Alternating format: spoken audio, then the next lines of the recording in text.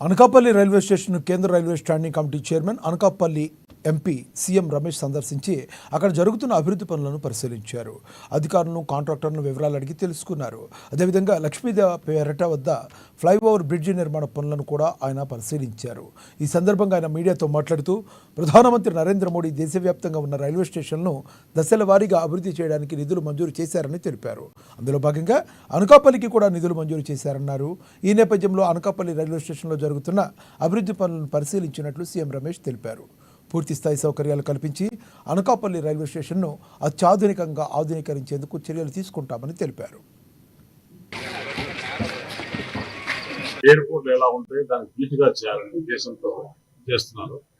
అనకాపల్లి కూడా అంటే పెద్ద స్టేషన్ విశాఖపట్నంలో దాదాపు 500 కోట్లు పెట్టి స్టేషన్ చేస్తున్నారు.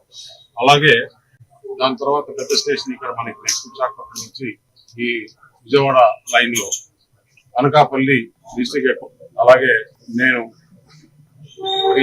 పార్లమెంట్ హెడ్ క్వార్టర్స్ కాబట్టి రైల్వే స్టాండింగ్ కమిటీ చైర్మన్ గా నా బాధ్యతగా మొదట అనకాపల్లి పార్లమెంట్ ఇబ్బంది లేకుండా ఈరోజు ఇన్స్పెక్షన్ చేయడం జరిగింది.